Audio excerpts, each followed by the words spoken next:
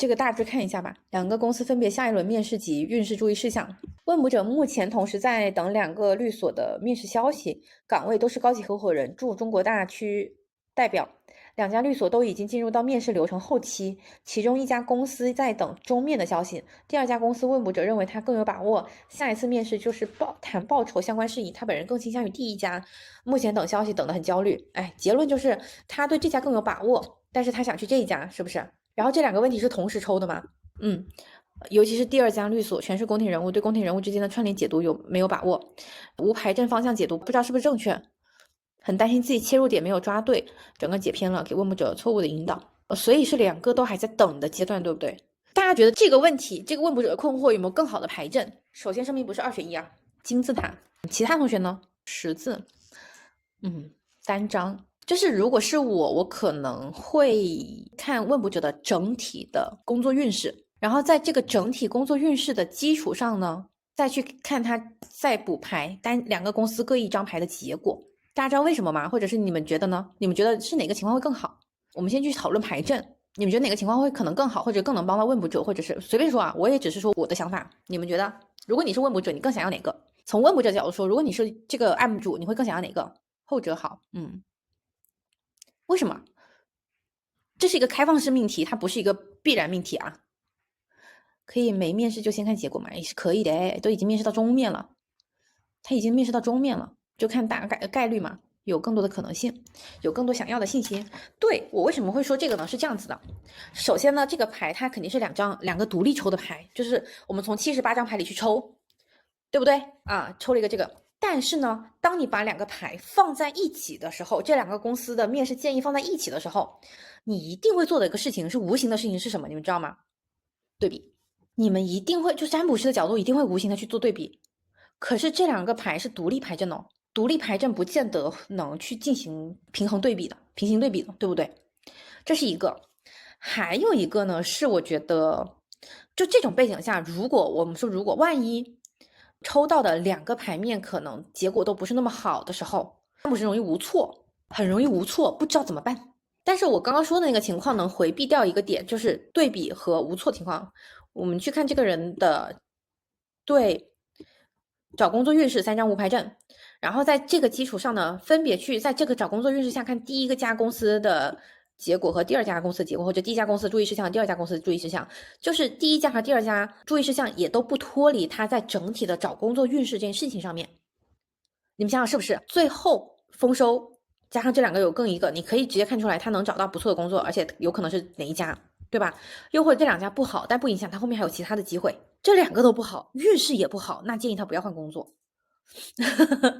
能理解吗？就是这个情况会更周全、更全面，也更能直接的帮到问卜者和回答到他的问题。你们想想是不是可以啊？为啥不可以呢？明白吗？还有一个呢，是因为没有告诉我第二家，第一家看完之后，问卜者又说想看第二家，那这是前期沟通了，那这个情况就没有办法。但是如果说前期沟通到位的话，是可以用这个情况的。然后我们来看第一家的面试建议吧，好不好？如果说他是这种情况，那补牌是在工作运势抽完之后加的吗？对呀，你可以设定好呀，先抽各一张，然后再看运势。我一般是先抽总体，然后再补牌。也不是补牌吧，就各一张去，那他交2次钱，肯定交2次钱，2个牌阵的钱呢。但如果是你能尽可能就减少对比的情况的话，那是没有问题的。先来看第一家，男性嘛，回复是的，是以男性为主导。针对全照我逆问问卜者是不是还有其他候选人，回复说有，因为这家律所本身是行内最资深的。这两个问题问得非常好。有隐藏的属性，水元素是有情感导向的，所以很可能这面试官在做决定，从情感层面对这些候选人已经有了自己的偏袒。但是结合权杖5逆位，当前对问卜者来说竞争是激烈的，那么这些候选人一定有能力非常不错。从律所来看，焦灼的状态，没错，各部门之间有各自的主见，且最终录用谁，给谁发面试通知，单方面偏好直接做出决断的。我无法通过，对，还需要参考意见，不是一个一言堂的状态，所以不会有特别快有消息。很满的土元素，我觉得是会有好消息的，一定会有一个结果给到问卜者，至少下轮通知是可以等到的，不会空等。对，这个结论给的挺对的。作为建议牌对应海王星的能量，提醒问卜者不要太想要这个 offer 焦虑而模糊掉逻辑。加上整个牌面是没有风元素的，职位有一部分问者没有接触过的内容，经验不够。问不者说是的，因为工作身份限制原因，对方还是比较谨慎的，需要他去好好梳理自己的逻辑，这一部分都解得很好呀。对于这部分应该怎么表达自己，无论是提前准备中还是中，你一定要有逻辑，并且可以给到这家律所的资源带来利益，但是需要讲话柔软一些，不要让自己沟通显得干冷。除了很重要的逻辑清晰明确之外，还要适当表达一点情绪价值的东西，从这个方面去攻克一下圣杯国王。给的很精准呀，没有问题。问不者去联系下对方等等，但可能会这个抽牌的时间是什么？抽牌时间是什么？天蝎月的话，抽牌时间是10月份吗？还是什么时候？但是这个牌解的很好，这个牌解的完全没问题。第一个给的对的，就是从结论来说，大家觉得他有没有胜算？就进入到下一轮也好，而且他给的是注意事项，所以从注意事项上给建议是没有问题的，胜算还是挺多的。而且呢，逻辑解的很好，然后注意事项也是缺风元素。对，缺风元素要注意逻辑表达以及能带来利益等等，都说的很对。第一个案例解的很好，同理去解第二个案例就好。11月21抽的牌是吧？然后延迟，有结论了吗？我看一下背景先。其中一家公司在等终面的消息，就是我觉得这个终面的消息是能等到的，等不到去推一推或者再争取一下，我觉得还是有戏的。就这个牌来说，整体上还是不错的。但确实竞争激烈，它需要更加风元素。还有一个其实是跟它的沟通表达，除了这个以外，优势竞选，因为本身就是一个竞争的事情，对吧？权杖5背景也说了，竞争很多，你需要风元素的这种更尖锐的，对，你需要有更尖锐的风元素的这种去争取的，去像你不管说是掠夺的状态等等，我觉得你是可以更尖锐一点的，就是给到面试第一家的时候给的建议是可以更尖锐一点，明白吗？然后你说的风元素啊、利益啊等等，完全正确，没有错。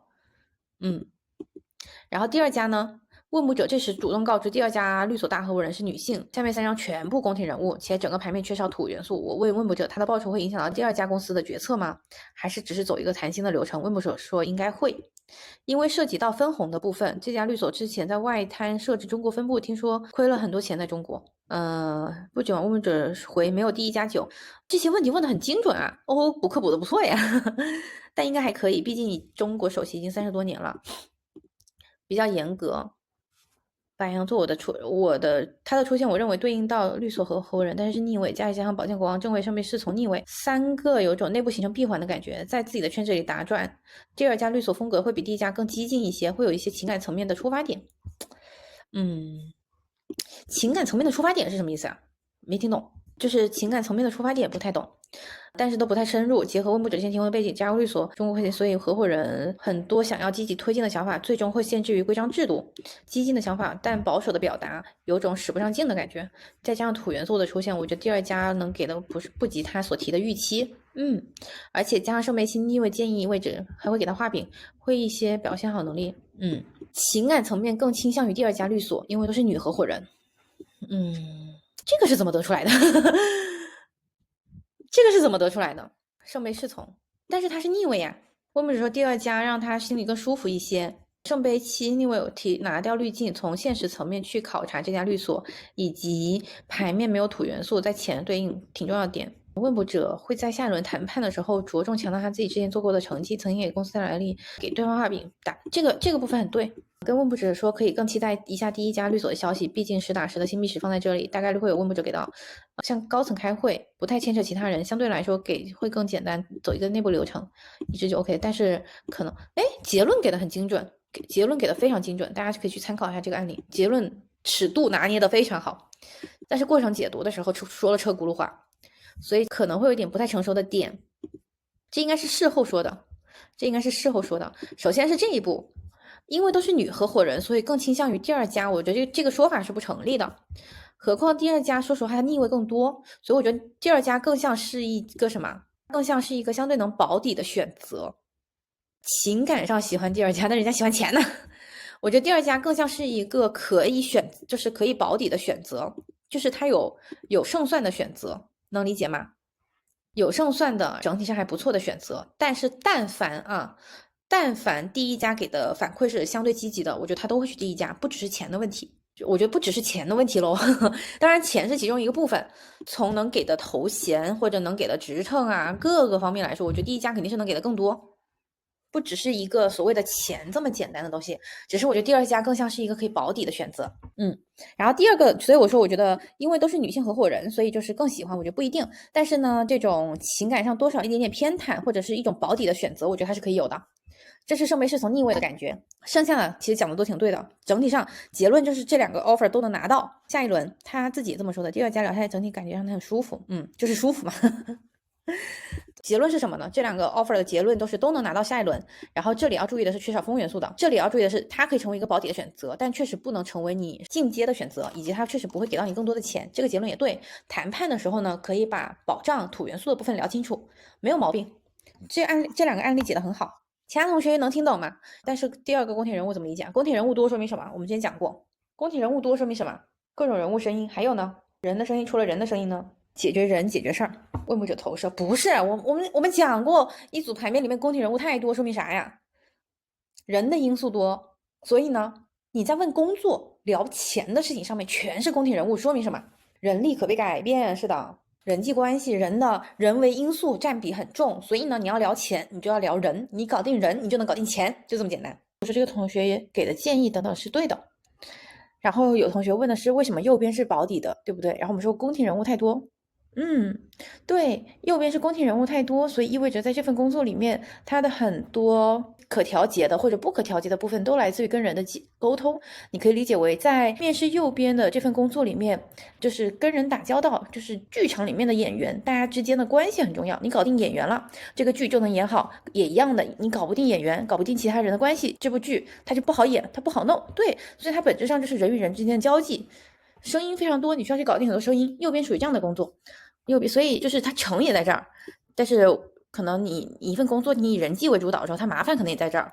就具体你要把面试的跟领导的关系啊等等带入进来，但整体上我觉得这份工作它就是人际关系上的事情，所以我说它是相对保底的，并且它相对没有土元素的那种让人觉得踏实的坚实的能量，明白吗？这份工作能理解吗？我最近在上透特塔罗，我要给大家讲一个概念，但是我相信大家学到现在这个阶段了，其实也大概知道塔罗本身每一张牌在讲什么。其实是这样的，你们知道韦特塔罗是什么时候创造的吗？还记得我们第一节课的时候，韦特塔罗它的诞生时期吗？20世纪初，对不对？其实就是1909年、1910年，就这个时间段大概是这样子的。可是你们想一想，100年前创造出来的塔罗，我们到现在都在用，所以这副牌有可能被关键词替代吗？它是不可能被关键词取代的。这副牌诞生在100年之前耶。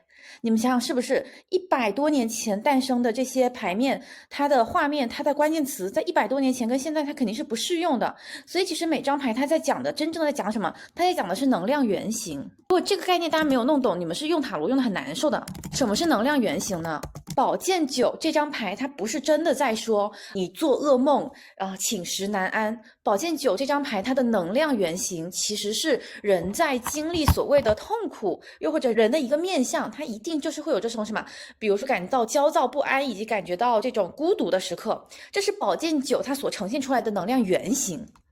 明白吗？它是人都会经历的，它是一种能量原型、能量状态。只是我们在解读的时候，需要将能量状态，它需要跟具体事件做结合，然后呢去做精准的解读。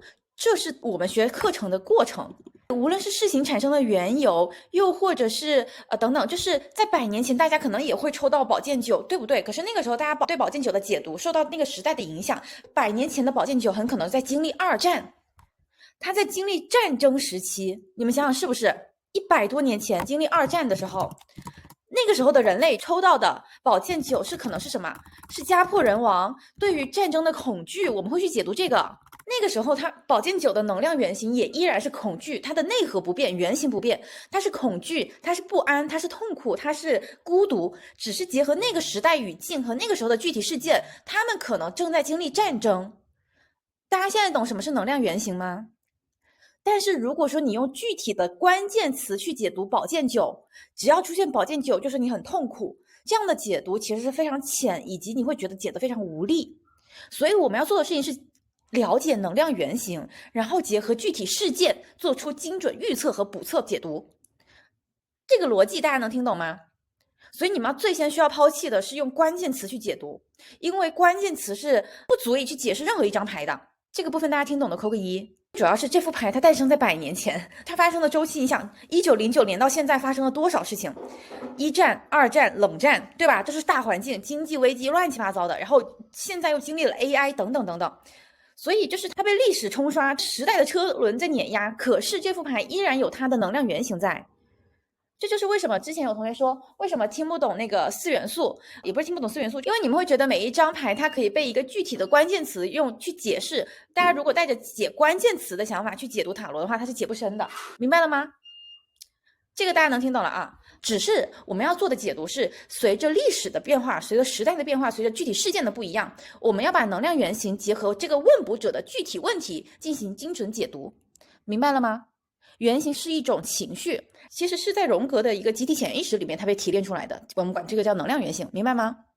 对，你觉得古代的皇帝也想要长生不老，哎，没想到时代过去了，现在有钱人还是想长生不老，只是它不仅限于古代的皇帝了，明白了吗？大家现在懂什么是能量原型了吗？一件事情，它不是能量原型区别，它其实是你可以有不同的维度，你有不同的维度的解读是可以的，能听懂吗？所以如果大家去记关键词圣杯七等于梦幻想破灭，你是不会真正理解圣杯七在讲什么的。可是圣杯七它的能量原型是什么？是人很容易去美化自己的选择，这是每个人都会有的，都会容易有的能量。懂了吗？然后逆位的时候，人对于没有实现的、没有得到的一个东西，他可能很容易去打破滤镜啊等等，这是一种能量原型，这是每一个人都会有，只是结合进这件事情里面，结合进这个人问的是工作事情里面，我们要怎么去取义，能理解吗？我们要做的是这件事情，但是大家不要企图通过背几个关键词就能去解读。这是为什么你们说为什么日运不会解？因为圣杯七逆位、美梦破灭，你去解日运，你肯定解读不懂，它本质上是一种落空的能量。很多时候感觉到失望的能量，能听懂吗？听懂的姐妹扣个1。不要觉得可以通过背关键词啊。好，这个案例我们就解读完了。